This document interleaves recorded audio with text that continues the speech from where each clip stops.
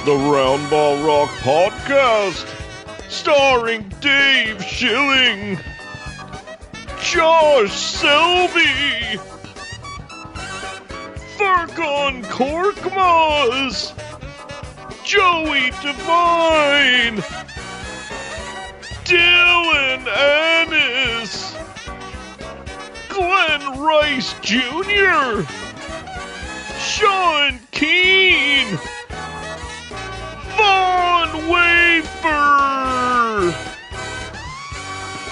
Jack Cooley, musical guest Panic at the Disco, and now the temporary host of Roundball Rock, Joey Devine. Hi, it's me, Joey Devine, your temporary host of the Roundball Rock Podcast, and we are finally back with a brand new episode.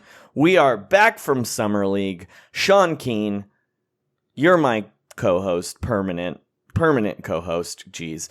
How are you? I'm good. It's good to be back. Do you feel physically beaten up by the city of Las Vegas? I do. Me too. Yeah. Like, my voice is shot.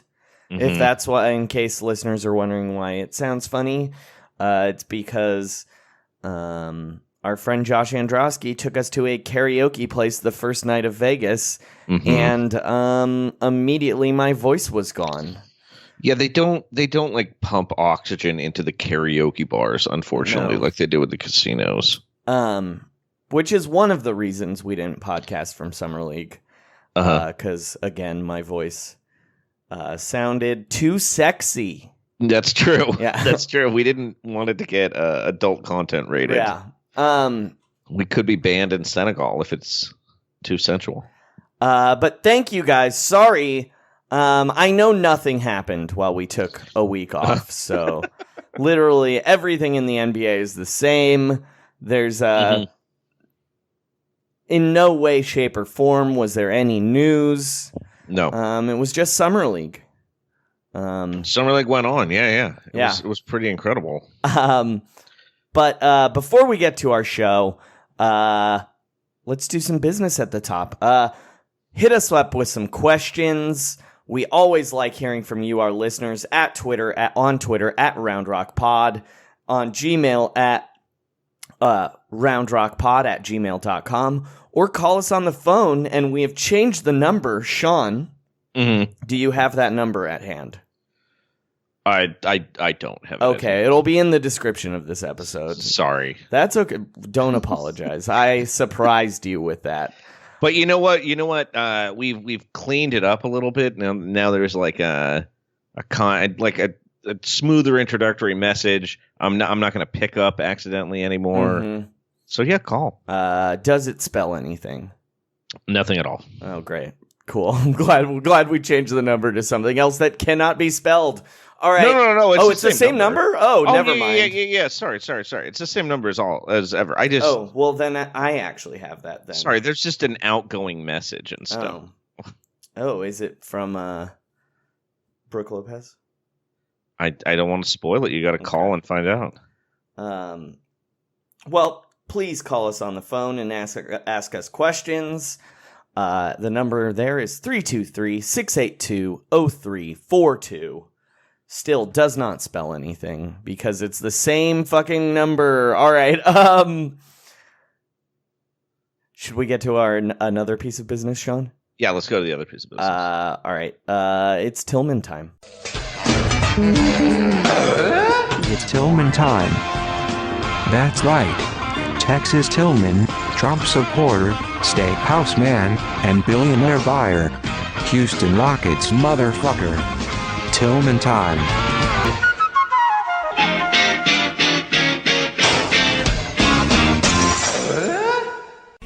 How does Tillman describe himself? A motherfucker.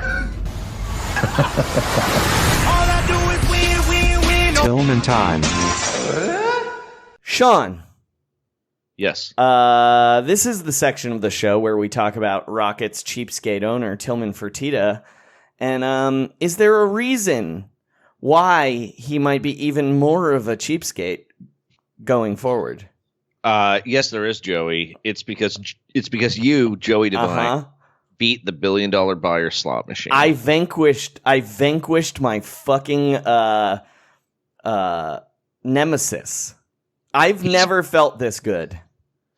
He's been your enemy for a long time. Before he owned the Rockets, he was my enemy. Mm-hmm. So for those of you that don't know, Tillman Fertitta owns the Bubba Gump Shrimp Company, as well as the Houston Rockets. I was an employee of the Bubba Gump Shrimp Company for 8 years, 7.5 of which I worked for not under Tillman Fertitta. And in the last half year, Tillman Fertitta purchased the Bubba Gump Shrimp Company, and the first thing he did was start charging all employees $5 a month to have an employee discount.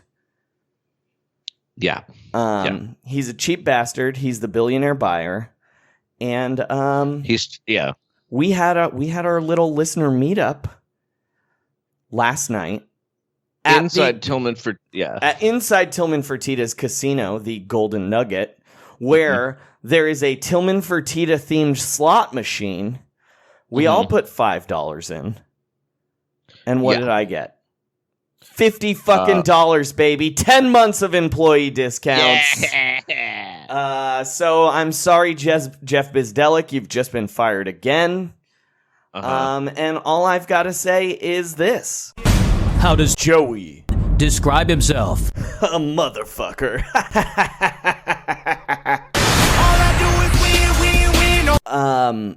Anyway, it was really nice to meet all of our listeners. Brian, Alex, Katie Heindel, Dave Dufour, Keith Parrish, Sean Hyken, Julian Rodriguez. Oh, yes. Josh Androsky. Yeah. It was really fun. I think this is probably going to be a yearly event, right? I mean, I kind of think we have to now. Yeah. I mean, it's now. Now it becomes a lifetime. How much can I win off this bastard? Yeah, you gotta. That's the thing. Like, we could have easily busted out Tillman Fertitta at the extremely unexciting. It's a very boring slot machine. Yeah, it's. We were the only people using it. I think it's European in the hallway. Yeah. The logos, the graphics, though, it is a pretty extravagant slot machine for how terrible a slot machine it is. You know what I mean? Yeah. It plays videos of the $1 billion buyer. On the frame, it says Tillman Fertitta is the $1 billion buyer. His face is on a $1 billion bill in the reels. But then it's just one where it's like sevens win you something. It's like that generic of a slot machine. And and the video you get is like, it's very Tillman specific. So if you like watching Tillman Fertitta like shaking people's hands and walking kind of slowly, I guess that's the machine for you. Yeah, if you are an aficionado of motherfuckers, it is definitely the slot machine for you. Yeah, it'll step on your throat and then it'll cut your throat. It is not the slot machine for me. The slot machine for me is, of course, the 1960s Batman slot machine. It's truly incredible. The greatest slot machine there is. Joey, do you have any tips for anybody that's gonna play the Batman slot machine? Well, this really kind of goes for any slot machine, frankly. Yeah. If there is a volume control, you turn that motherfucker up. Because you're not winning winning is not a quiet act. Yeah. And as we know, based on my actions at the $1 billion buyer slot machine, all I do is all right, that's it for our meetup. Yeah, Sean, I'm pretty sure that show's been canceled, by the way. The $1 billion buyer? Mm-hmm. Wow. Well, I'm sure that slot machine will remain in his hotel, though. It seems brand new. It looked very expensive, actually, for like a display. You know what I mean? Right. Sean, we were at Summer League. Yes.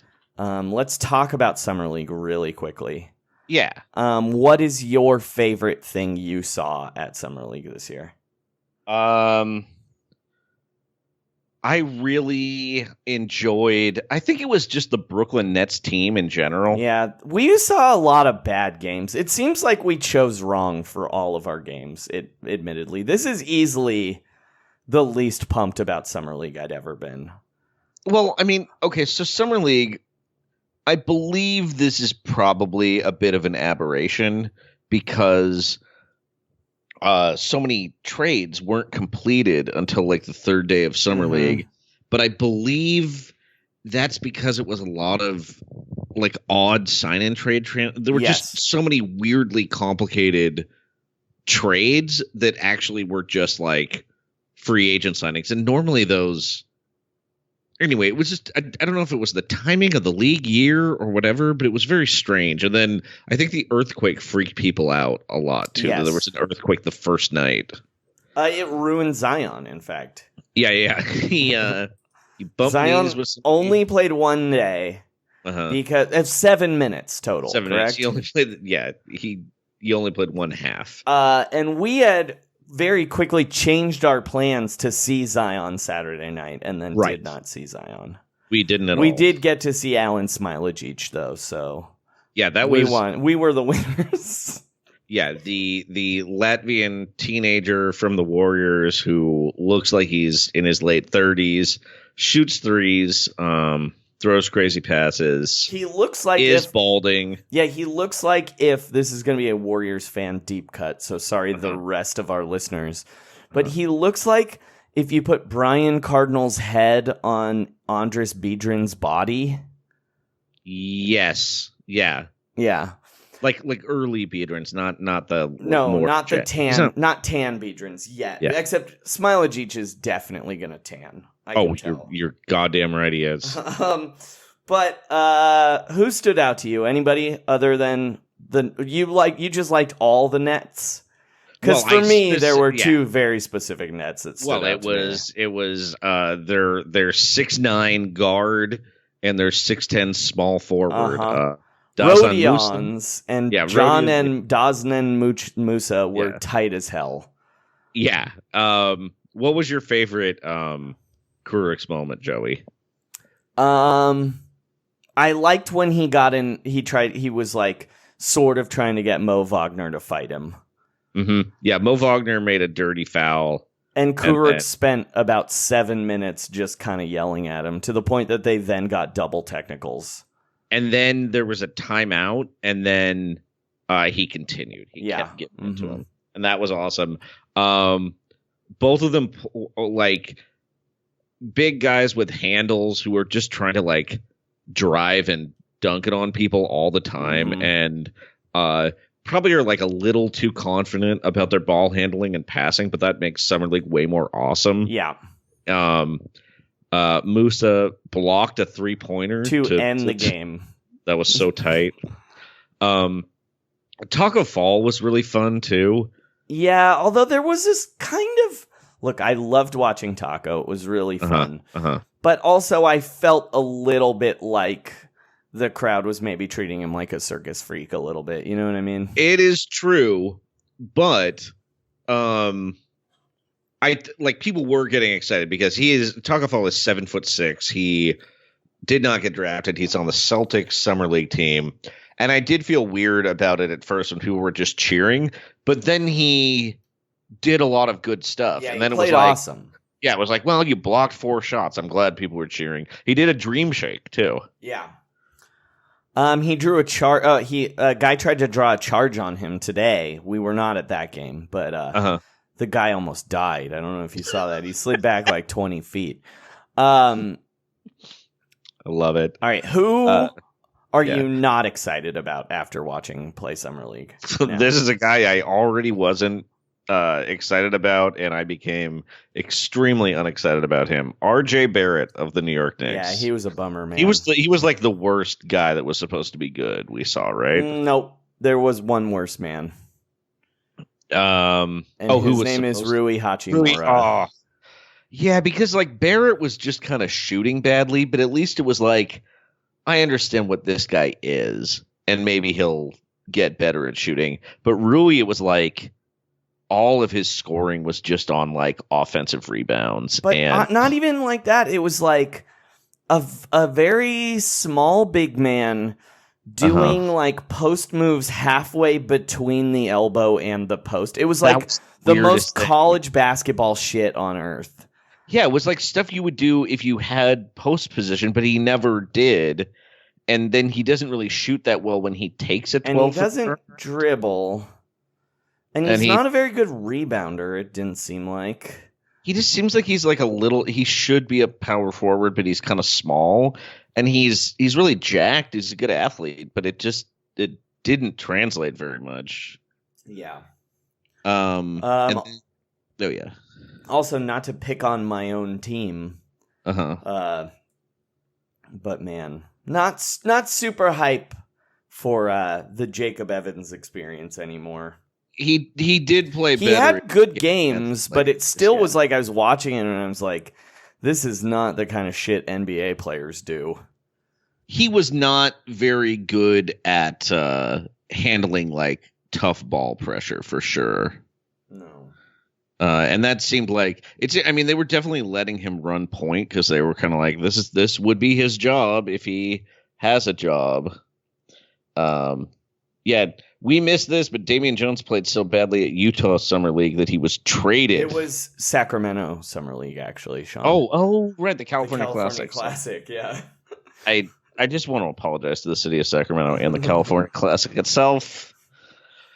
And Vivek. I'm sorry, Vivek. Okay, Yeah. we've but we like Jordan Poole too. Yeah, I mean, the one game we saw, he was not super great, but the game we watched during the listener meetup was pretty good. And what I would say is the good trend setting thing he did wore the short shorts. Yeah, love the short shorts. Okay, I'm trying to move on though because there's something important we need to talk about, right? Okay. Let's talk about free agency. It's time for free agency. And this is not a time for robots. Robots have no agency. So take it away, Jim Gray. Well, everybody is on pins and needles across the country. Would you like to sleep on it a little longer? Or are you ready to make this decision? You were able to be recruited because you went straight to the NBA from high school. So have you enjoyed this recruiting process now? How many people know your decision right now? When did you decide? So the last time you changed your mind was yesterday? So does the team that you're going to, that you'll announce in a few minutes, do they know your decision? Do you have any doubts about your decision? Well, you've had everybody else biting their nails, so I guess it's time for them to stop chewing. The answer to the question everybody wants to know, what's your decision? I believe in the 4-point line. I believe soup is the perfect food. I believe in a Belichick-Popovich presidential ticket. I believe that every DiCaprio movie would be just a little bit better as a Matt Damon movie. Free agency. All right, Sean, the board man went west. Mm-hmm. Kawhi Leonard signed with the Clippers, 4-year deal. Yeah.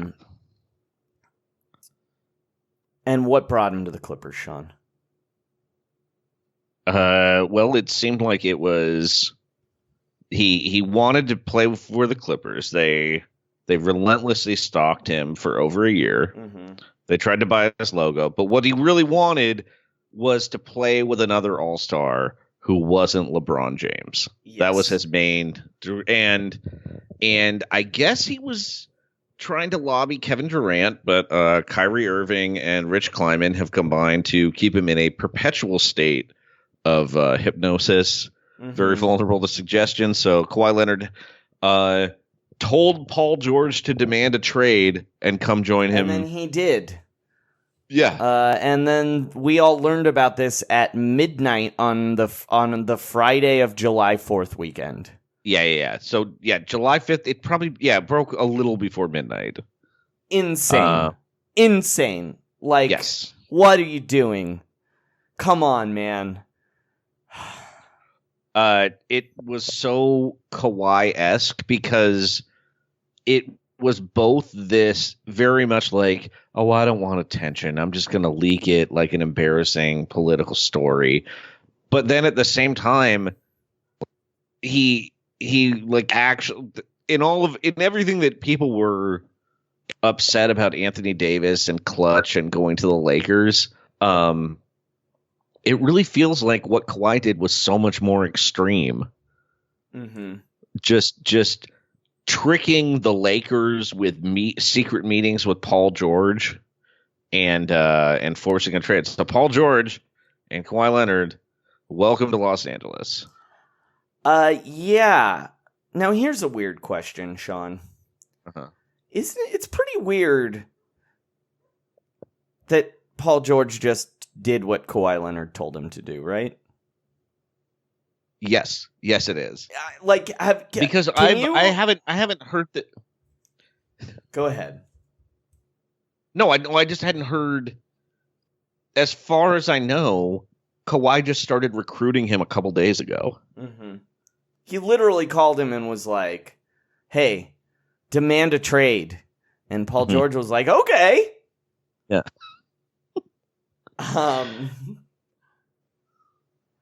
So they traded. The Thunder got Danilo Gallinari, our man Shai Gilgeous-Alexander, 4 unprotected first-round picks, 1 protected first-round pick, and then 2 pick swaps. Yes. And then 2 of the picks are Miami's picks. Yes. Here's my question. Do you ever want to hear another pundit say this is the greatest haul anyone's ever gotten for a star player ever again? No, I don't want to hear that. Yeah. Because I would even say like just thinking of very basic things, it's like, well, I feel like the Lakers got more than that for Shaq. Like just thinking, but also it's just picks. It's like, right. I mean, Gallinari and SGA are good players, but they're not all stars. I mean, it's a lot of picks, but yes. I just don't particularly expect the Clippers to be bad in that stretch. I mean, they do go pretty far forward, but I don't know, man. Like most organizations in the NBA, it seems like you don't have to get that bad. You know, like teams that were very successful and have like stable organizations, tend to only really be super bad when they're kind of trying to. Does that make sense? Mm-hmm. So except I for just the Cavs.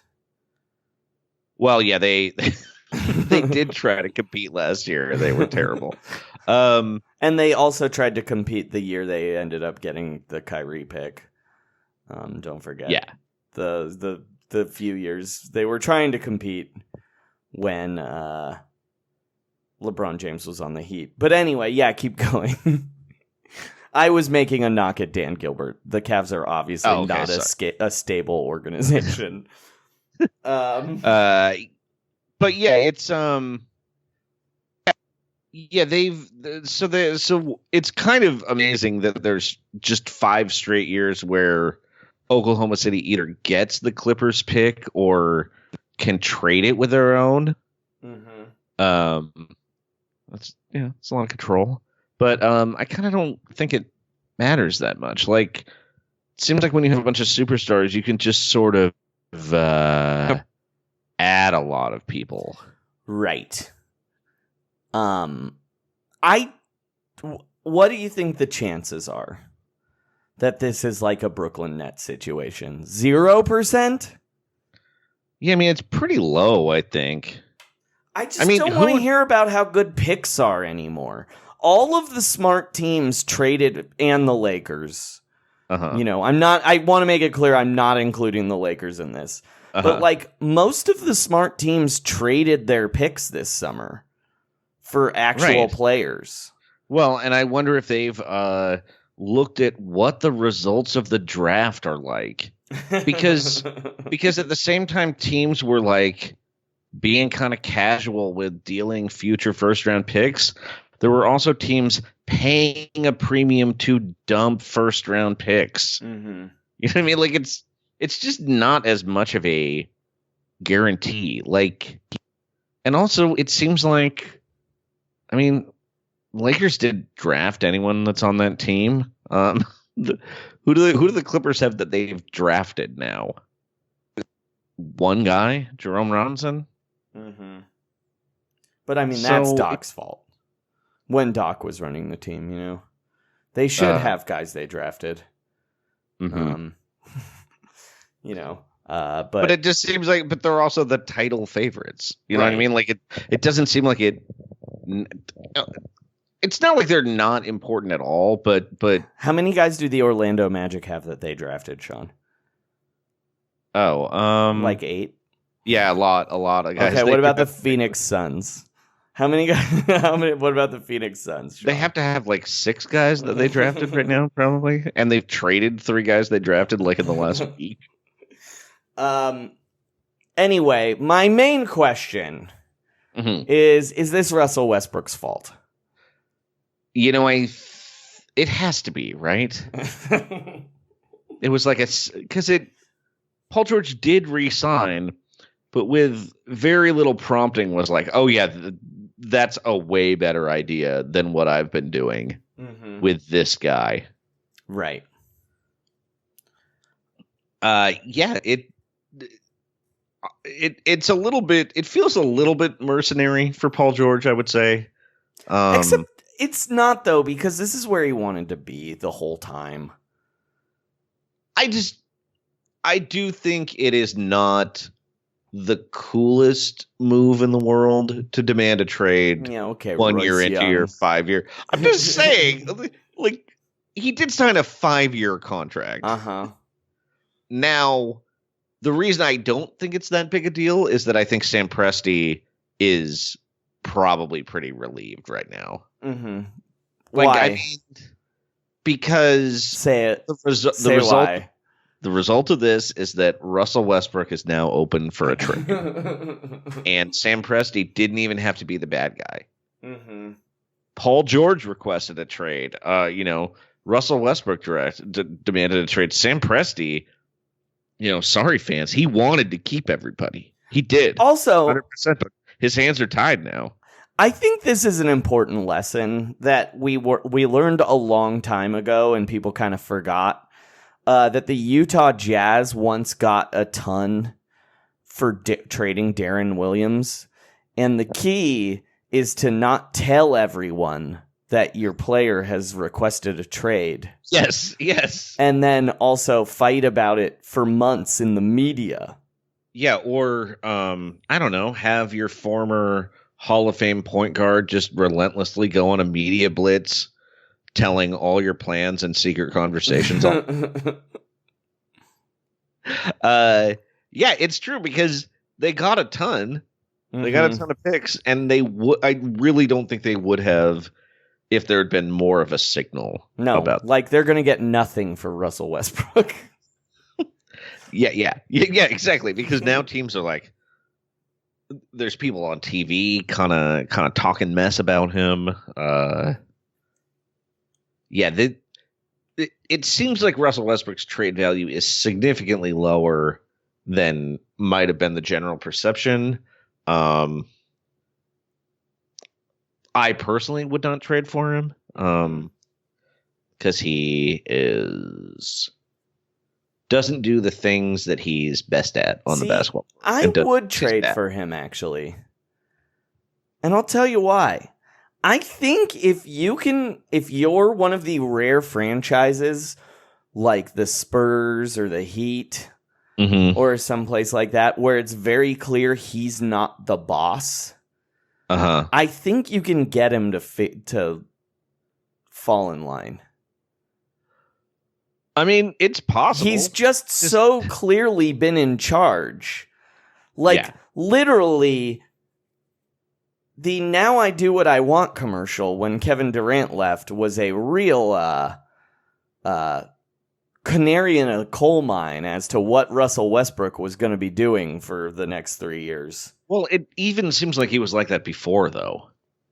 Like it wasn't like he got to do whatever he wanted, even with KD there. I mean, sort of, but he's still, he wasn't demanding his teammates only box out and not grab rebounds. That's true. That's a new thing he's developed. Well, it's just interesting because he shoots so much from the outside and is just terrible at it. Mm-hmm. And like has the ability to like drive to the basket and hit guys with passes and stuff, and just kind of doesn't. And I don't really think that's the personnel. I think it's like, I don't know. He's bad at defense too. Like it's really a lot of money. It's 170 million for 4 years. 31. It just, to me, it feels he's already 30. Dead. Okay, He's 2 years in the grave. Yeah. Now I would absolutely trade for him if I were like Minnesota and trading Andrew Wiggins. Right. But it seems like it's, I don't know. How much do you think Russell Westbrook would have gotten as like a free agent? I mean, he would have gotten like, would have gotten the max. Yeah, so Jimmy whatever Butler that would got be, the max. Yeah, so he would be making 4 for, I mean, I don't even know. 30, you know what? Whatever. Yeah, so it maybe isn't, somebody would have signed him. Yes, absolutely. Man. So where's he going to go? Well, we were talking to a credentialed Heat writer the other day, or last night, and he was telling us the Heat aren't even going to give up Tyler Hero for him. So I don't think it's going to be the Heat. Wow. Yeah. Well, I mean, so they would their trade would basically be something like Myers Leonard, Goran Dragic, and some sweetener. But they do say they have been saying they're not going to give up Bam or Justice Winslow or Hero. So, I mean, obviously, good luck with that, Sam Presti. Yeah, and the Knicks stupidly spent all their money, so they can't. Because Presti's not going to want any of those contracts that they just signed. So the other place that seems kind of intriguing for me is the Orlando Magic. Just like giant hole at point guard. And I kind of think that if you are constructing an ideal Russell Westbrook team, having a bunch of long arm, 6'9", yeah, just all Aminus and Westbrook, and then like they seem a little light on the 3-point shooting around him you'd want, but I can understand how you'd just be like, all right, we're going to be a top 5 defense in the league, and Westbrook can, create enough shots just by himself that it will be more acceptable for us to play Jonathan Isaac a lot. Mm-hmm. And so what? Then the Magic take back like Aaron Gordon and Evan Fournier? It would have to like involve Fournier, yeah. Weird. It's just weird because, well, I kind of feel like this may have been part of Kawhi's genius because he delays the announcement. Everybody's out of cap space, and now he's okay. The last time a superstar left Russell Westbrook, he went on a 6-month revenge tour and won the MVP award. Mm-hmm. And I think that Kawhi wisely was a little worried about that, like Russell Westbrook gunning for him, and so now a lot of the doors are shut. And so it's possible that just because you can't trade free agents until the middle of December, I don't know if he's going to get traded that soon. Here's a place. Mm-hmm. What if the Indiana Pacers trade for him for, get this, Victor Oladipo and Sabonis? Oh, yes. So the Westbrook Brogdon backcourt. That's obviously a joke because Victor Oladipo is probably better than Russell Westbrook at this point. Yeah. But it's close. I think that Westbrook. I don't like Russell Westbrook. I kind of think he's a jerk. I don't really like watching him play basketball. But I also think people are sort of undervaluing how good he is at basketball at this point. He's not useless, and he's definitely good at a lot of things. I wouldn't necessarily say a lot of things, but I get what you're saying. But he was also, I also kind of feel like it was a little ridiculous that he was third team All NBA this year. Mm-hmm. Because he was doing what he wants. I guess that's what it was. He was building his own runway. All right. My next question, Sean. Yes. Who will be Paul George's next Gatorade co-star? Oh man. Pick a Clipper. So I think Harrell might have too big a personality. I would say his best bet is going with Zubac. Oh, I think. Weird. See, I think it's very obvious who it is. Okay. It's Shamet, and it's not even close. He's the Landry Shamet is the most Gatorade co-starry face / personality of anyone on the Clippers. It's true. I just think Zubac would be a nice. I'm thinking more of switching it up a bit, but yeah, Shamet is also an excellent choice. Real Joe Young vibes. Yeah, but good. He's good at basketball. We did see Joe Young play this weekend at Summer League. Yeah, that's how much of a bummer Summer League was this year. All right. Hey, we had a trade. Yes. And we're going to talk about more trades. So, well, we kind of did that part already. But let's talk about this trade. But first, the trade drop. Trades. That's right, we're talking about trades. /capspace URL is easy to remember. We talk about Capspace all the time in the program. /capspace. Let them know that you came from us. Limited time only. Terms apply. Protected picks. You can even create a beautiful website while listening to this podcast. Over 140 million people choose Wix to create their website. Create yours today. That's Wix.com/Woj, WOJ, to get 10% off. Rights to euros that are never coming. Enter code NBA at checkout for $20 off your first order. Expiring salaries. If you missed it, we launched the Recapables Billions podcast on our Recapables feed. Treating people like they're assets and not people. ZipRecruiter.com/low post, LOWE post. ZipRecruiter, the smartest way to hire. Even robots know that basketball is a business, so players shouldn't have feelings because of business. Trades. All right, Sean. After the Thunder dealt Paul George, they immediately traded Jeremy Grant to Denver for a 2020 first-round pick. Mm-hmm.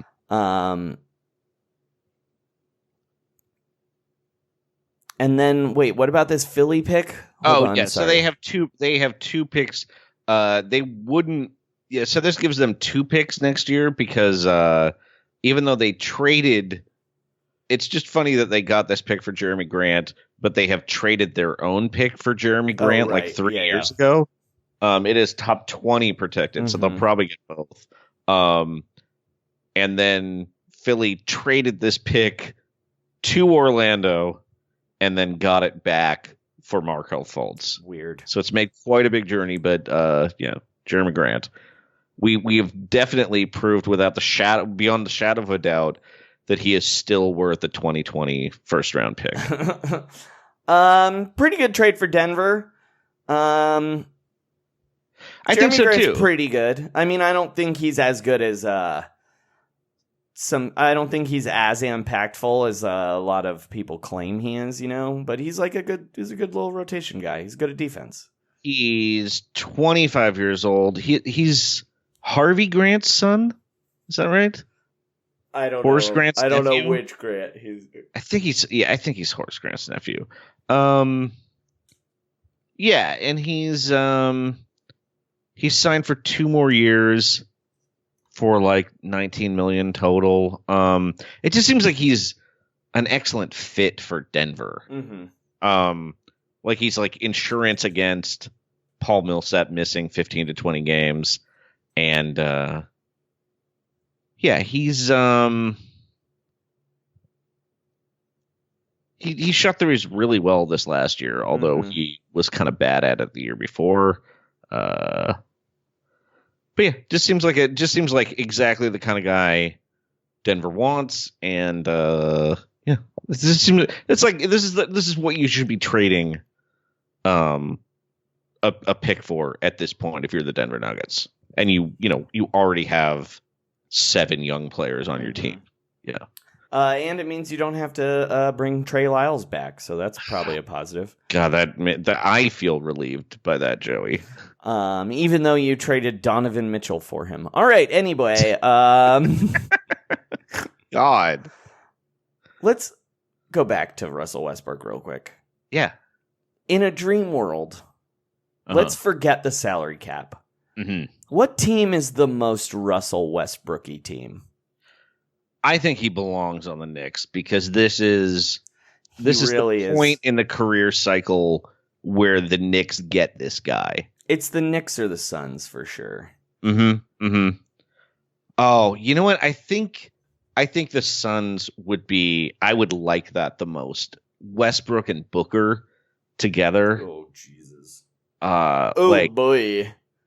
Just refusing to give DeAndre Ayton the ball. And I feel like if Russell Westbrook is playing in a warm climate all the time, I think he's showing up shirtless to games a bunch. Like he's already buttoning very few buttons on most of his shirts. And all of his shirts are silk. Yeah. They are made of silk. Mm-hmm. He wears like he dresses like an old-timey king, just all silk. But yeah, like Westbrook on the Knicks, I'm so annoyed that they made the decision, that they were so hasty with their decisions, locking in guys that maybe they didn't have to jump on in the first few hours of free agency. I mean, obviously for me, the ultimate trade would be the 3-way trade. Yes. Russell Westbrook for the 4 picks that Daryl Morey was offering for Jimmy Butler. And then whatever salary, who cares? Yeah. And then the Lakers take on Chris Paul. And some other stuff goes back to Oklahoma. Yeah. Because Chris Paul's like a for sure negative asset. Yeah, but I think Westbrook's contract might be worse. Yeah, but he's a better player. Westbrook is? Yes. Absolutely. I think I would rather have Chris Paul in the playoffs. Wow. Really? You don't think so? No. I don't. Okay, if I were the Houston Rockets, I think I would prefer to have Chris Paul in the playoffs rather than fair. Westbrook. Yes, fair. But that's the joke I'm making here is how funny it would be. It'd be. I mean, I love the idea of reuniting Harden and Westbrook. Yeah. Just for comedy purposes. Man, if they could somehow add Jeremy Lamb too, that would be so good. I mean, another place people have been talking is Detroit. Oh, right. And I the forgot idea about is that they trade Reggie Jackson back to the Oklahoma City Thunder and Luke Kennard. Yes, which is like, I mean, in the original Reggie Jackson trade, the Pistons sent Kyle Singler. Yeah. So it really, I mean, and I could see them expanding that trade so Steven Adams goes and Drummond goes to Oklahoma City. We got to get Steven Adams away from Russell Westbrook, though. Let him like fly. I was reading some advanced stats thing, and they were talking about how, like, it turns out Steven Adams isn't that good because he's like a historically poor rebounder for a center. And it's like, no, he's doing what he's told to do. Yeah, he doesn't want to get yelled the at. Rebounds. Look, the king of Oklahoma told him those are daddy's rebounds. Wait, Wayne Coyne told him? Yeah, I think Wayne Coyne is probably into the triple-double. Yeah. Okay, fair enough. All right, let's talk about the Lake Show. Oh, yeah. Well, where do you actually think Westbrook's going to end up? I think Detroit, actually. It's the only team where anyone is offering a young player. Right. In any of these scenarios. Where it's like, and Luke Kennard's not good, but he is a young player. And none of these other teams are offering young players. Plus, it would be a hilarious way for the Pistons to punish Reggie Jackson more, to send him back to Oklahoma, to fight with Dennis Schroeder, French Reggie Jackson. Oh, the Schroeder-Jackson backcourt is truly incredible. What if Reggie Jackson goes back there and has like the year of his career? It would be he was really like, "You funny. just you should have remembered me." For those of you that don't remember and are newish NBA fans, Reggie Jackson is the first Terry Rozier. Absolutely, he is. That is a great call. All right. Yeah. Let's talk about the Lakers, though. So, the Lakers fans are really taking this in stride, not getting Kawhi. What with banning him from coffee shops and painting over murals that they'd already painted of him. Wait till he signs before you paint the mural. That's all I'm saying. Also, You've he's got still plenty of time coming to to paint that Los mural. Angeles. Yeah, no, that was the best part. Yes, they painted over the mural. He's literally playing in exactly the same place. Yeah. He works in the same building. He's just down a different hallway. Yeah.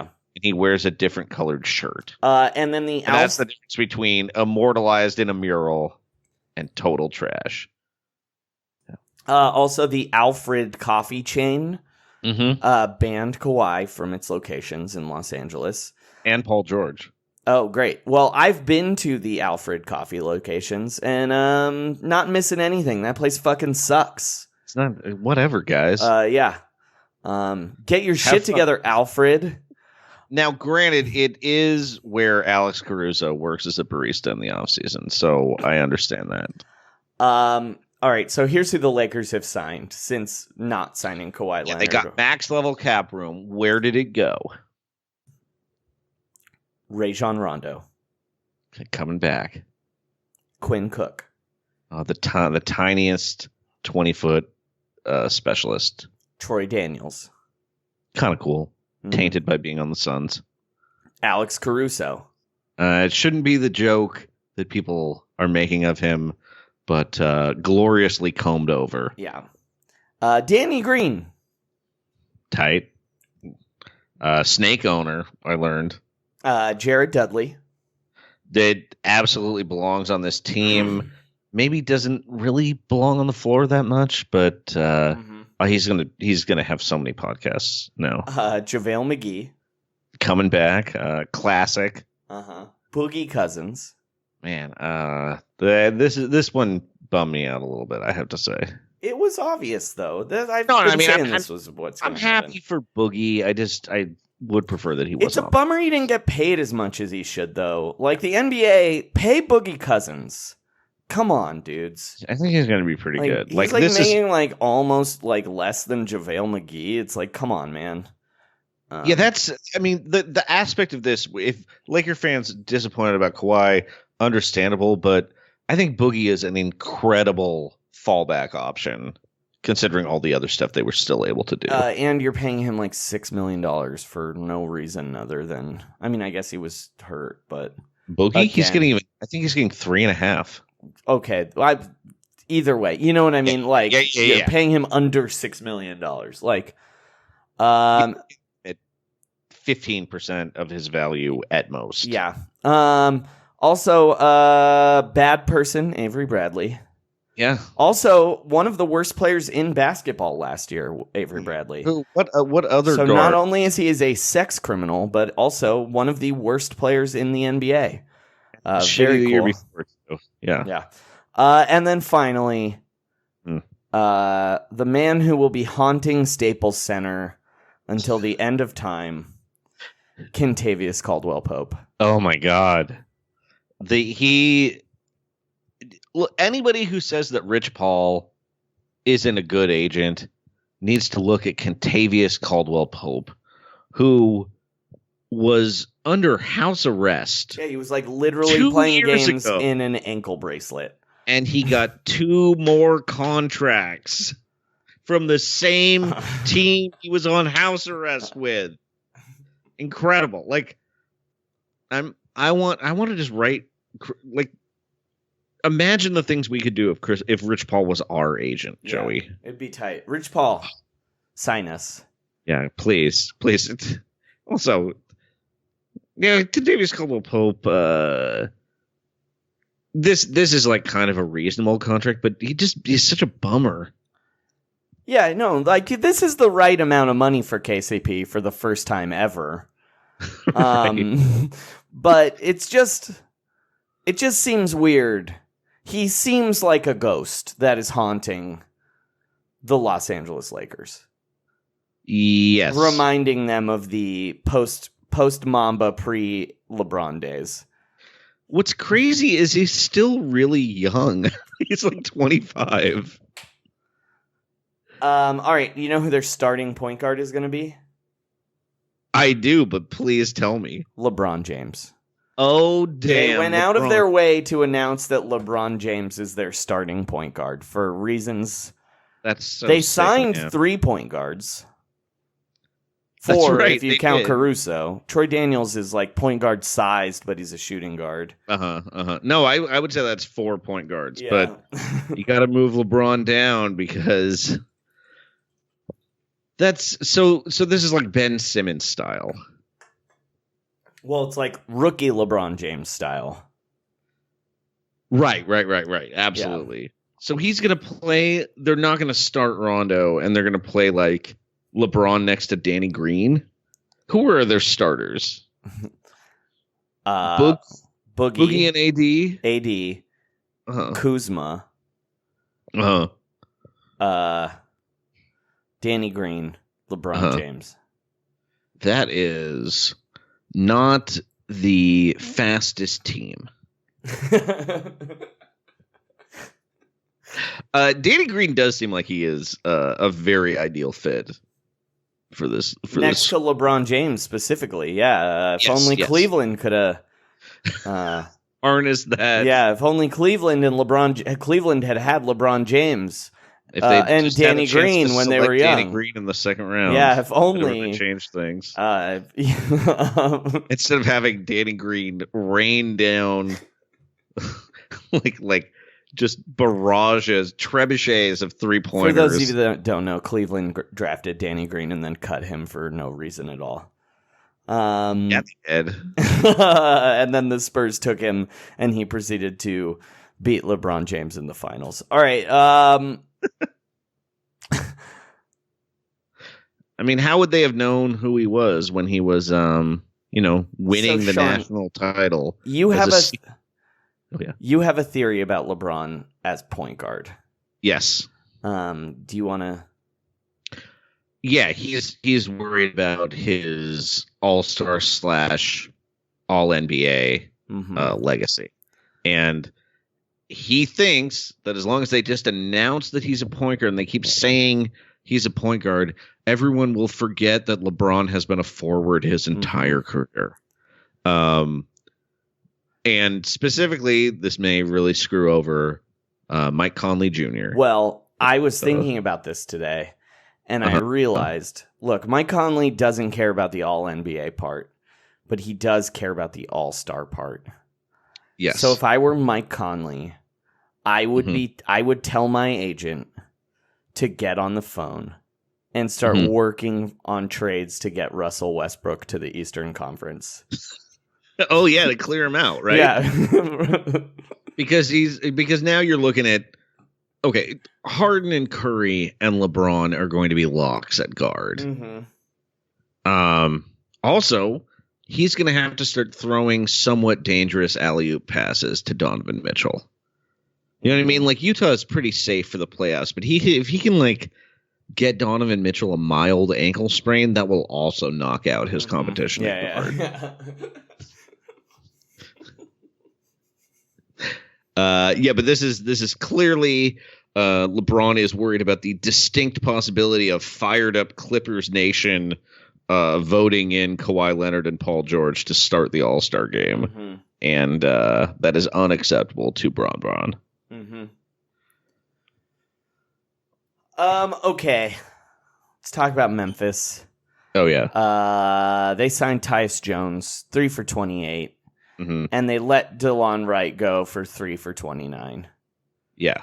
Here's my question for you, Sean. Yes. Aren't these guys kind of the same guy, basically? Yeah, like they're better. They're like they have different skill sets, but it's like, yeah, these two guys who are backup point guards. That is yes. and sometimes they like really surprise you off the bench. Yeah. Yeah.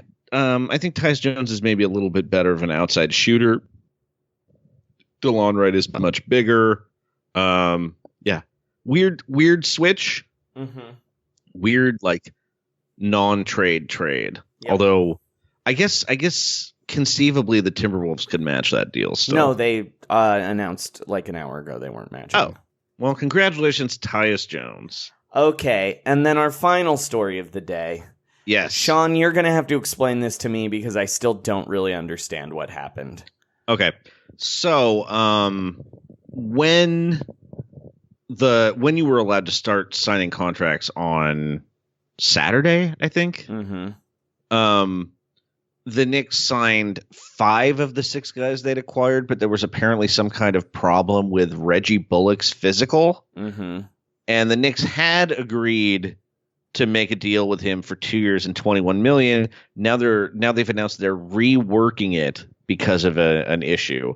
I haven't heard what's happened from his physical, but when I searched Reggie Bullock physical, the first response was from the Scoop NBA. So I'm just going to read you what they they said he was 40 pounds overweight. Well, league sources tell the Scoop NBA he's gained, quote, upwards of 20 pounds since the end of his season. And failed his physical with the Knicks. Then it explains, however, they intend on still working out a deal because #Knicks. And because of this, Marcus Morris, who has not yet signed his 2-year, $20 million deal with the San Antonio Spurs, is looks like he is on his way to back out of it and sign a larger deal with the Knicks because they now have like $14 million in cap space. And now this is a little more significant than this would normally be because the Spurs are kind of capped out. So to make room, they traded Davis Bertans, sharpshooting ginger, for nothing. Who basically. I actually like more than Marcus Morris personally. Well, they got like the draft rights to a guy who's playing in Europe now. And because they needed to make the DeMarre Carroll signing a sign-in trade, and you have to sign somebody to a 3-year deal for that, they have an extra year of DeMarre Carroll, 3 and 21, instead of the 2 years and $13 million. Joey, you will not be surprised to learn that his agent is Mark Bartelstein, who just always gets these kind of improbable contracts. So the Spurs are kind of screwed, and some people are very upset with Marcus Morris for reneging on a verbal agreement. Oh yeah, who's that? That was who was the writer? It was some writer. He was the worst though. It was like the most cop. Like the guy was fucking like, 1 year suspension if you go back on your word. Yeah, it was like the most fucking anti-labor cop shit ever. And like ignoring that the other side of this is that the Knicks are completely backing away from their contract with Reggie Bullock. Yeah. And here's the thing. Both of these sides are well within their rights. If you haven't signed a contract yet, you haven't signed a contract yet. You know what I mean? Like it's yeah. I'm kind of I hope Reggie Bullock's all right because the reports from the Knicks are just like, we don't think he's going to be able to play this season at all. Yeah, well, and also the Knicks agent, Reggie Bullock's agent came out and said, the Knicks are actually being incredibly fair here. Right. Yeah, because they're still going to sign him. Yeah. But they're not going to give him as much money. And yeah, I mean, I bet it's something where Reggie Bullock didn't realize how injured he was either. Mm-hmm. You know what I mean? Like yeah. Well, get better soon. Yeah. Reggie Bullock. And Knicks, enjoy signing your 4th, maybe 5th power forward of the offseason. It's truly incredible how many power forwards they've added to this team. Why? Why would you need all 4? I don't know. Sean, that's our show. That is. Is there anything you'd like to plug? Yeah, if you're in the Bay Area, I'll be co-headlining the Punchline on July 16th with Alex Cole, and then our friends Bucky Sinister, Anna Saragina, and Chris Thayer performing. And then if you're in Santa Cruz, you can see me and Alex and Bucky on Thursday night, July 18th. I don't know if we have any listeners in Santa Cruz. Maybe, right? Yeah. As for me, I forgot to mention it at the top. So donate to our Patreon. Oh right, yeah. It's patreon.com/roundrockpod. And then you can always follow me on Twitter at Frankie Muniz, where I weirdly have not tweeted about the Clippers yet, which is bizarre. Because I am the world's biggest Clippers fan. But on 9/14/15, I tweeted 1/4/16. Day 4 of 366. Rode my motorcycle through a giant rainstorm. Learned it's not that fun. Trust the process. Trust the process. And shut it down. Let's all figure out where we're going to trade Russell Westbrook. Yeah, baby. Coming out of Miami and I'm doing just fine. Gotta rebound because I want the ball. It started off with a miss and now I'm in an abyss. Clinker power is Swiss, Clinker power is Swiss. Now I'm talking to Pat and he's dumping my deal. I'm beefy and bad like a cutlet of veal. Now Jimmy's coming to town and I'm putting up bricks. They had us sign a trade and Dallas won't take Dragic. Now the tax line is closed. Trade me for Mo.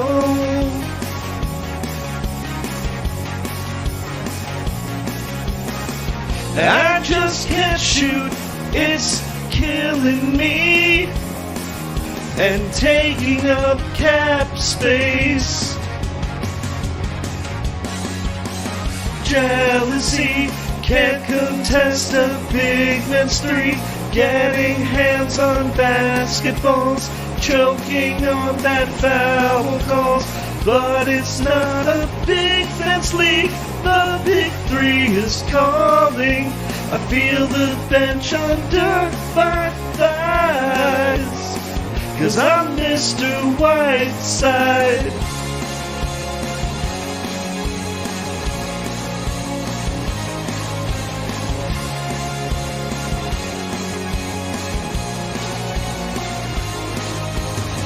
I'm coming over to Portland and I'm doing just fine. Reservation at Tusk, that's where I wanna dine. Playing with CJ and Dane, the racists love my last name. Myers Leonard was lame, Myers Leonard was lame. Now I'm riding the bike and I'm not eating meat. And my balls are real sore, 'cause it's a vintage seat. And I'm riding the bench and I'm backing up Nurkic. Lockers full of kebabs, 'cause Enes Kanter is Turkish. He took off for Boston. J.J. Tatum ain't old.